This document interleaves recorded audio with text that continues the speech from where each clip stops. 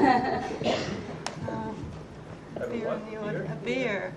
Oh, a beer in the audience. Half an hour, I promise. Well, thank you very much for being here, and I hope you won't mind me starting this dialogue between Claire and Robyn by congratulating them.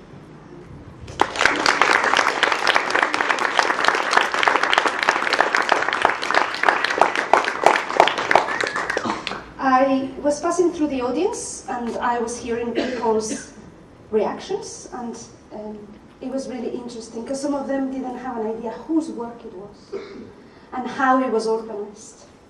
And I want you to tell me, so we're going to, I should stop by saying, I'm going to ask a few questions, we're going to maintain a dialogue. I have worked with both Robyn and Claire for the 2 years of their MFA, so hopefully you'll see a little bit, you have a little insight of our conversations. We're not going to, because there is only half an hour, we are not going to open it to you this time. But doesn't mean you don't have a chance to ask questions and give feedback. Today is the first day of a 3-week residency. There's plenty of time, and Robyn and Claire will be around, and even later after this event has finished. So first of all, if you don't mind me asking, having worked with you both for 2 years, the way you put this together was surprising to me, even though I've worked with you very closely for the last 2 years.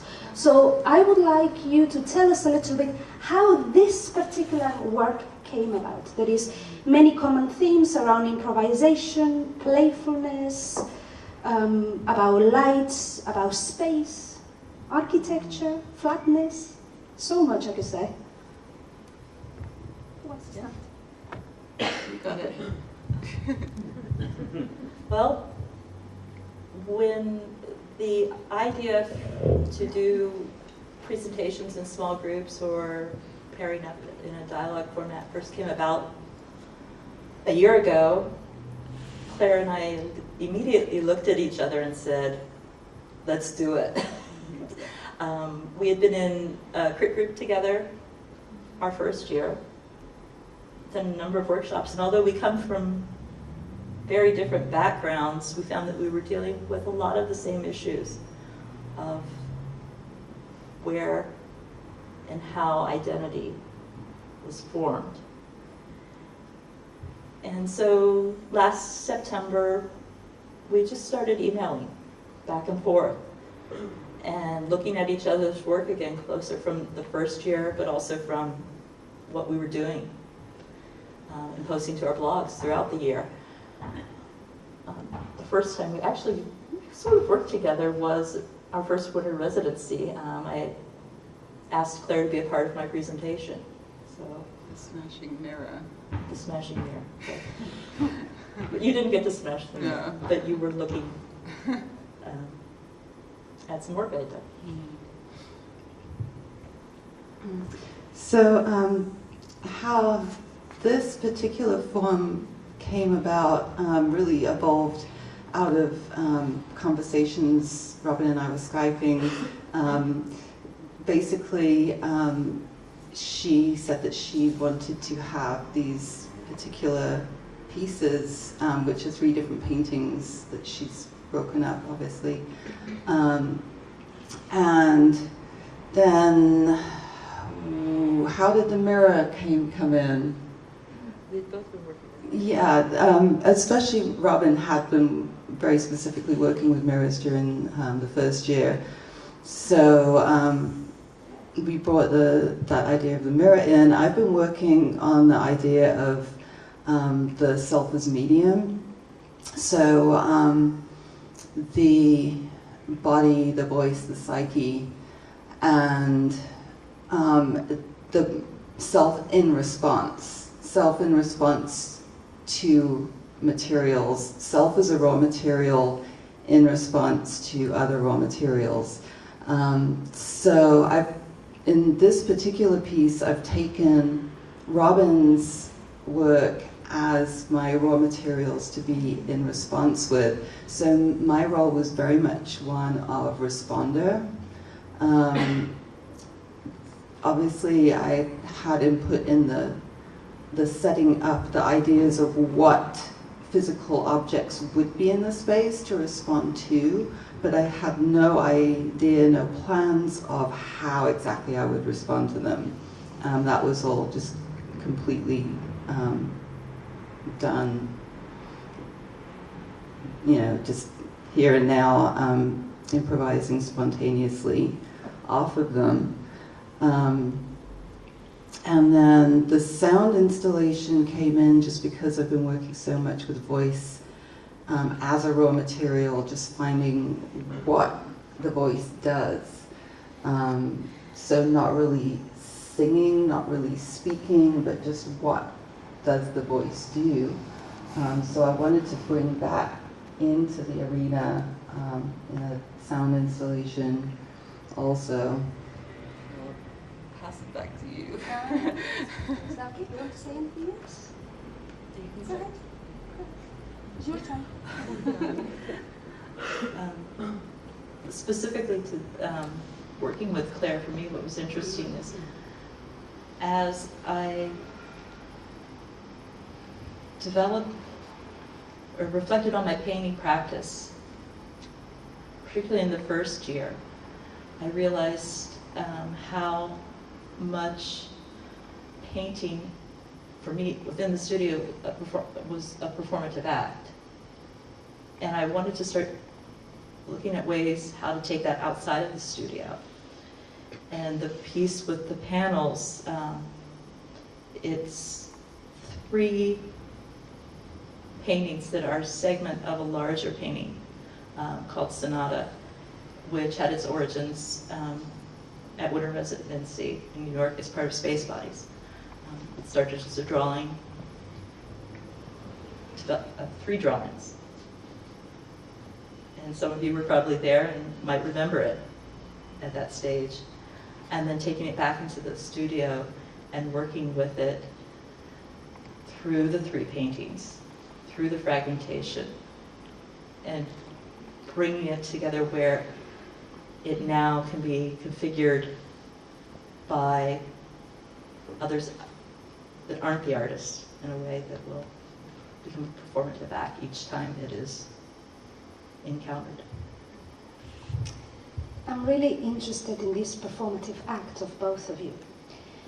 I had the privilege, my role here is not as Robyn and Claire's advisor, I am part of you guys. So this is very much a viewer's response. So I had the privilege to be here when not many people were around. And it was great, it was fantastic, it was really interesting to be here. And then a lot of people came and started doing things that I was like, no, no, bring that back here. Don't flatten all the paintings on the floor. We are building a tower here. What's happening?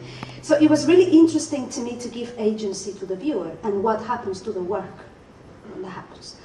I want to know how you feel about it. I can say that for me personally, it's a very, very hard thing to do. Letting go of your art. It's just not something that comes naturally. But you always have to let go at some point. And figuring out how to let go so that it becomes and continues to become, that's been a focus of mine. So it's hard, and when we were setting up, we had wonderful technical help from Omar, and he immediately started playing the paintings. It's great, yes, do it, this is what it's supposed to be about. But at the same time, I was like, okay, and then I realized to myself, okay, again, no, I want to stack it differently, but it's not mine to stack at this point, So something that both Robyn and I have been talking about a lot is release of the ego, and how much the ego is bound up in an artist's work. I think pretty much everybody, really, to a certain extent. And so addressing that and really deliberately, right, trying to release the ego And for me, that is done in response. It's not about the self trying to generate something that is ego-based. It's about release of the ego and just an instant response to something else. And in that response, the self is almost forgotten. So, and then the other element of this was the text, which was some text that I had written about my experiences with exploring body and voice. And then Robyn asked me if she could manipulate some of the text. And I was like, okay, sure. And then when I read what she'd done, I was like, but that's nothing like what I had written. And then I was like, no, this is what we're supposed to be doing, you know. And I read it again, and I was like, yeah, this is another piece. This is using my words and creating another piece, and this is releasing my ego and fragmenting, you know, my text. And my intention with doing that was not to make it less clear, but to make it, and not to make it even more myself, but to make it more everyone. So to make it a little more universal, the text. So to sort of pinpoint those common threads of how we respond to our body and movement and voice. Tell me a little bit about the roaming camera that was on the big screen, because that was huge fun, and I'm sure everybody wanted to have a shot at.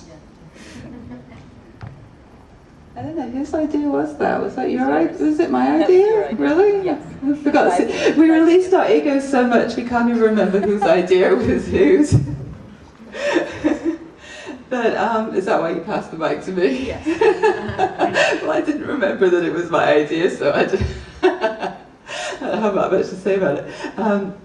I think actually the main thought about that was as an energetic presence in the space, because I think, you know, everything else had the potential for energy and movement, but it really depended on the people manipulating them. Whereas the live feed definitely is going to be an energy in the space. It's going to be movement. I mean, all you have to do is move your hand, and there's movement in it. And so that, you know, creating, and also the idea of taking the whole space from one end to the other and having this happening on this side, and then the doors and the windows and the light on the other side, so that there really is a sweep through the space of energy and motion. And also, the movement of the live video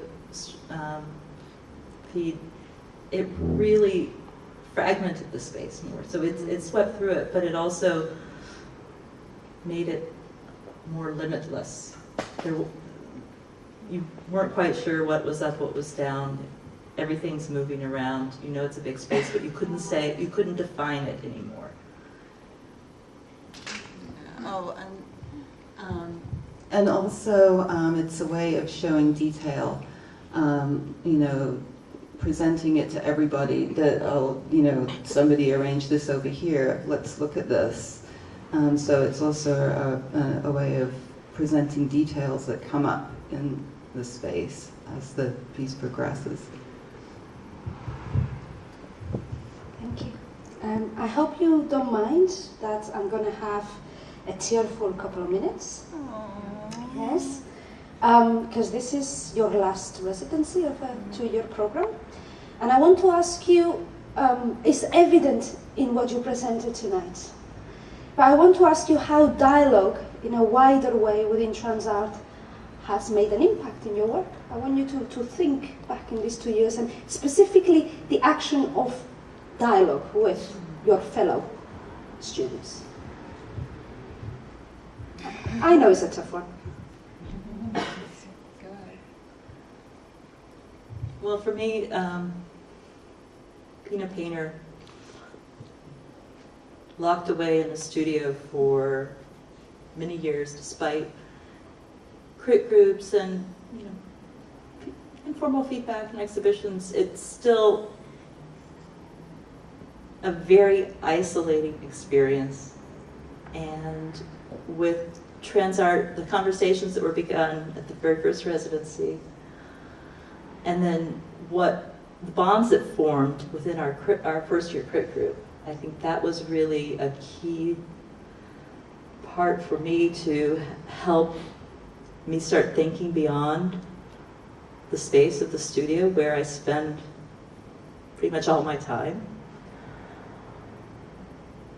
And to have those conversations with other artists working with the same ideas, but in completely different medium. I mean, we joked, I remember the first time our crit group met, it was 6 painters and Claire. Right. Sounds like a movie. But working with Claire and the dialogues that we had just there led to dialogues outside of the crit group that we were able to continue, and I think it helped me look at my practice from a completely different angle. I think the thing about TransArt and the reason that we were able to dialogue across mediums like that is because it's so much more about the hows rather than the whats. You know, how are you doing this? You know, or why? It's about the whys, the hows, the whys. So it's not so much about this is my medium and I'm working in my medium. It's what am I grappling with? What ideas am I dealing with? And then everyone can dialogue in that realm, however much they know about your medium or not. So there's a dialogue across. It's literally trans, right? It's trans-media dialogue that happens. So I really felt, for me, the experience, especially coming into it, from not really much experience with an academic background at all, I really felt I was just like scrambling, like, you know, trying to catch up with just being able to articulate and dialogue in that way. And then I kind of feel like I just about am getting there now and it's time to finish. So, yeah. There is life after too. Yeah. And plenty of work That's to true. do. I want to ask you a question, now that we've had our tearful moment, which I think is important to reflect, because here is about a dialogue. I want to ask you about the concepts in here, about the ideas. And I can see identity, as you mentioned. I can definitely see the body, even in the painting. It's very evident to me. But perhaps one thing that surprised me today, perhaps because we meet on Skype a lot of the time, is the idea of space. And how you organize this spatially. And how the space was arranged vertically, horizontally, and when people entered, which I don't know how you guys felt seeing each other, but I felt that the audience were very much part of the piece. Oh, yeah. They were material, Yes. in a sense. So space. Well, this goes back for me to an interview I had when I applied to TransArt, and for me, I had been making paintings, you know, stretched canvases for quite a while, and I wasn't happy with the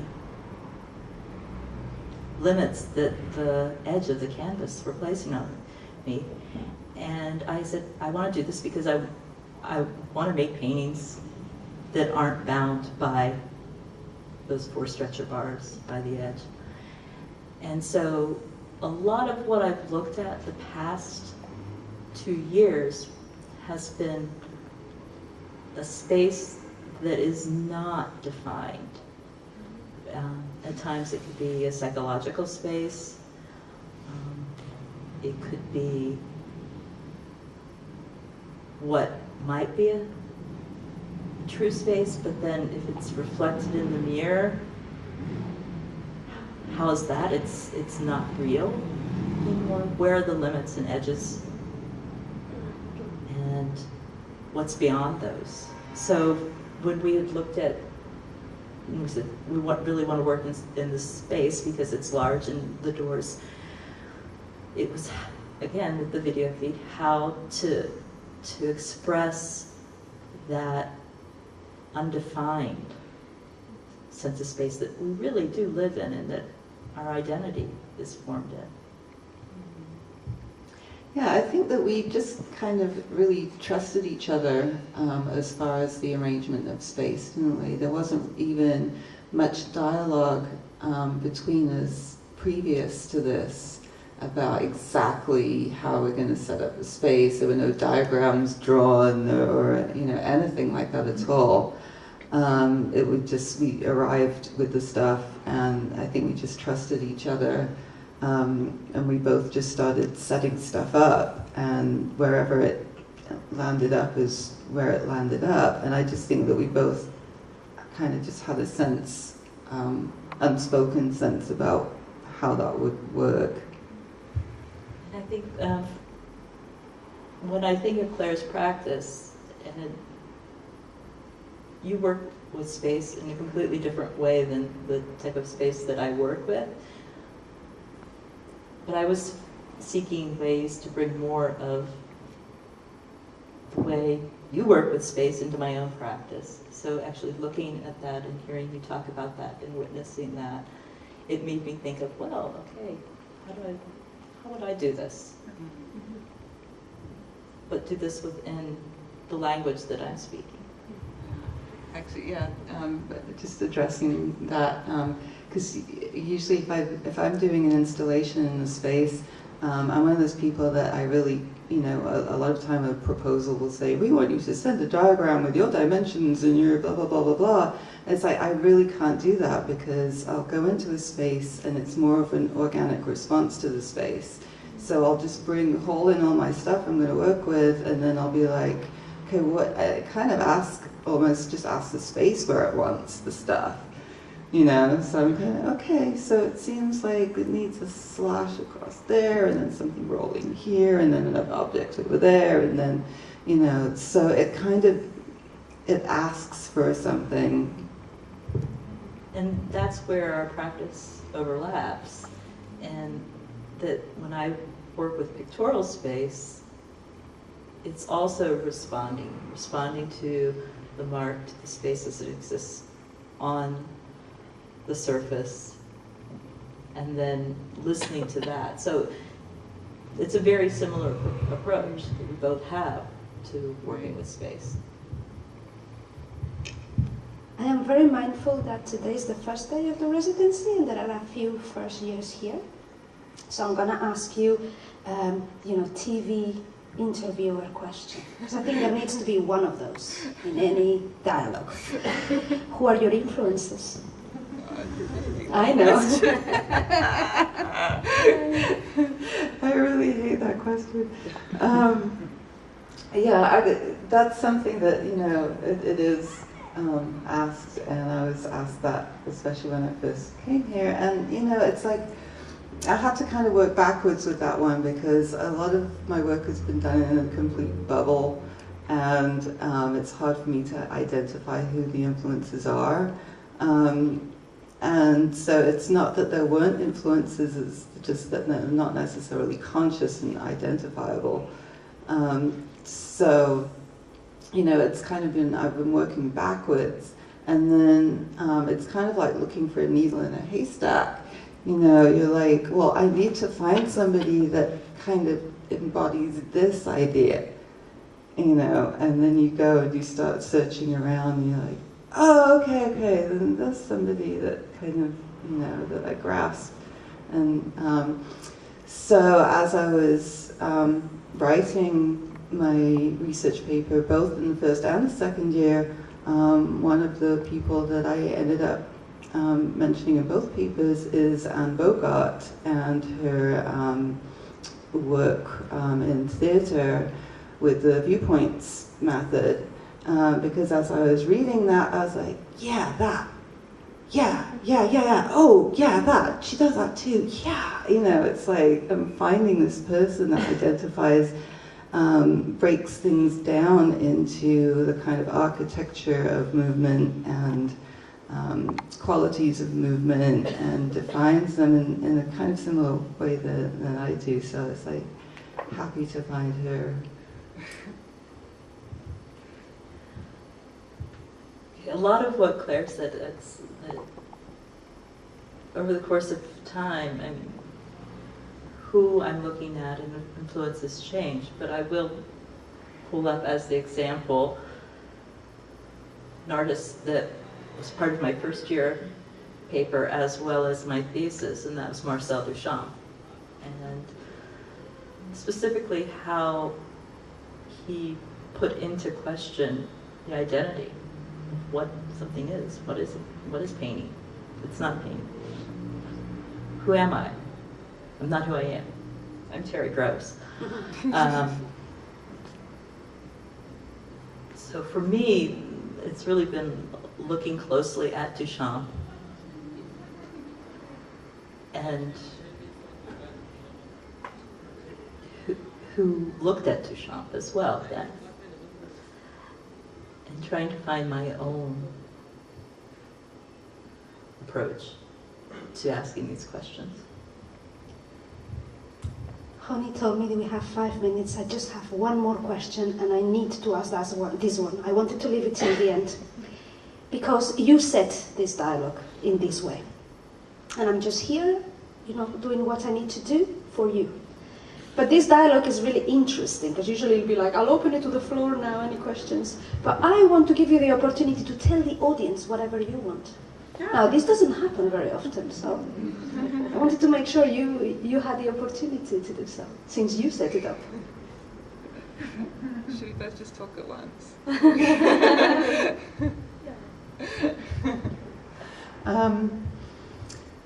Let's see. What do I want to tell you? I'm not really sure what I want to actually tell you, because I kind of feel like the telling is in the practice. I'm very much about speaking through the work. So I don't really feel like there's a verbal telling as such. The body has its own language, movement has its own language, interactions have their own language, and so I kind of feel like everything that you witnessed here is what I would want to tell you.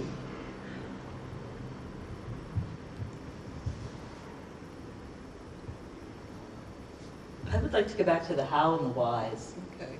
And say, no matter what your practice is, it doesn't matter what your project is that you're working on, be it here and now, or 10 years from now, or whenever, it's always take the time to reflect on the how and the why you're doing something, what the process is.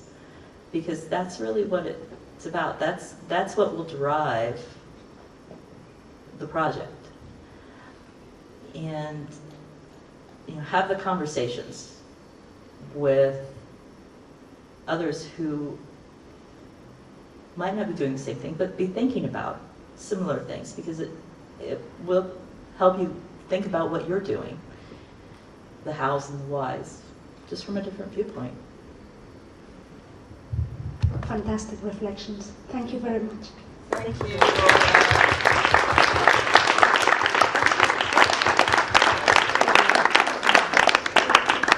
Just want to very briefly thank Laura so much for 2 years of challenges and support and just being absolutely solidly there. And I'm thinking, speak for both of us. Yes, Claire definitely speaks for both of us. And I also want to thank, you were my studio advisor my first year and research advisor this past year. And my first year, I want to thank Michael Bowditch, who's my research advisor, and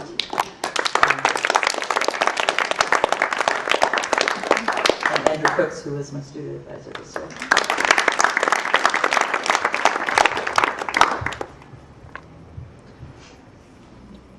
Now is the time for the beer, guys. Yeah. Congratulations!